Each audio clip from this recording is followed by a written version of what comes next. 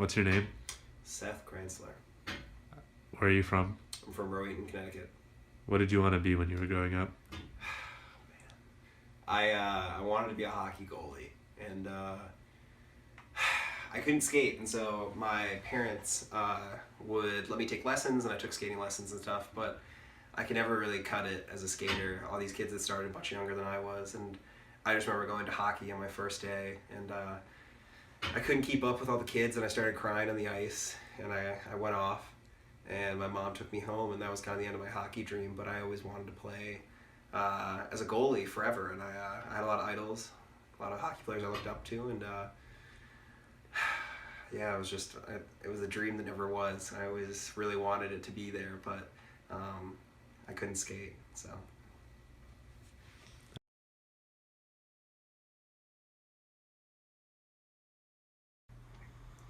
What's your name? Andrew. You can call me Andrew. Drew, though. Where are you from? I'm from Lisle, Illinois. It's a suburb 45 minutes away from here. Okay. And so Drew, what is your words of wisdom? What do you live by? Yeah, one of my favorite quotes is by Kanye West. It's in this song Big Brother, and the lines are, if you love someone, you should go ahead, tell them. People never get the roses while they can still smell them. And one of my favorite things to do is just let people know how much they mean to me. And sometimes on special occasions such as Christmas or their birthday, it gives you like the perfect opportunity to do that and for it to make sense in the setting. Just text them a long-winded, if you can't find them in person, text them something long-winded about how important they are to your life and how much they mean to you. Thank you, Drew. That was really great. See, you've got a lot of quotes all around. So thank you very much. I like to surround myself by inspiration. What's your name? Will Blackwell, Where are you from? Hazel Green, Alabama. And have you ever broken a bone, Will? Yeah. I've only been in one fight and ended up breaking a bone. So I was on the bus, about to leave school in 7th grade. I was a nerd, reading a book in the back, and everybody around was throwing a football. It landed in my lap, and as I was about to give it back to him, I feel a slapping on the back of my neck.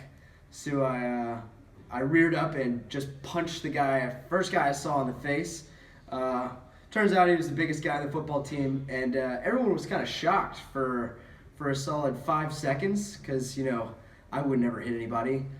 So I just hit him again because I didn't know what else to do. And luckily the guy behind me, I was tutoring him in math, so he got in the way and made sure the guy didn't beat my ass. Yeah. All right, thank you very much. What's your name? Ryan Fleming, Where are you from? Chicago, Illinois. And who are the most important people in your life? Probably my parents, because like my mom, she's just like a great person, super nice, super caring, always there for me, just like always does whatever I need her to do because she's my mom. And then my dad's also a good guy who like has done a lot in his life and knows like what to do and what not to do, and like he knows what it's like to be a teenager and like coming home drunk one night. It was like the first time I've been drunk around him, and like he knew it, and he's just like, "Are you hungry?" And I'm like, "Yeah," and he just made me like a pan-fried grilled shrimp. I was like, "Okay, this is awesome." All right, so what's your name? Muhammad, And where are you from? Corpus Christi, Texas. And what was the most formative moment in your life that really made Muhammad Muhammad? Well, in the summer of my junior year, I had been coming off of a very long time of being ill.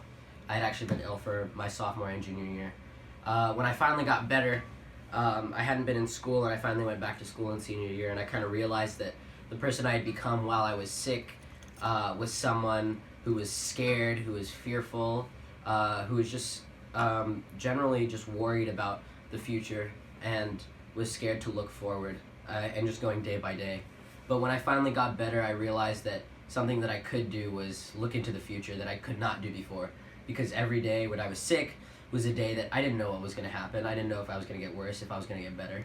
When I finally got better, when I finally started to feel better, I realized that, well, now I can actually look forward and look to what I'm going to do for these next few years of my life. And that was the first time in 2 years I had felt like, wow, I'm a person again. Great. So. Thank you.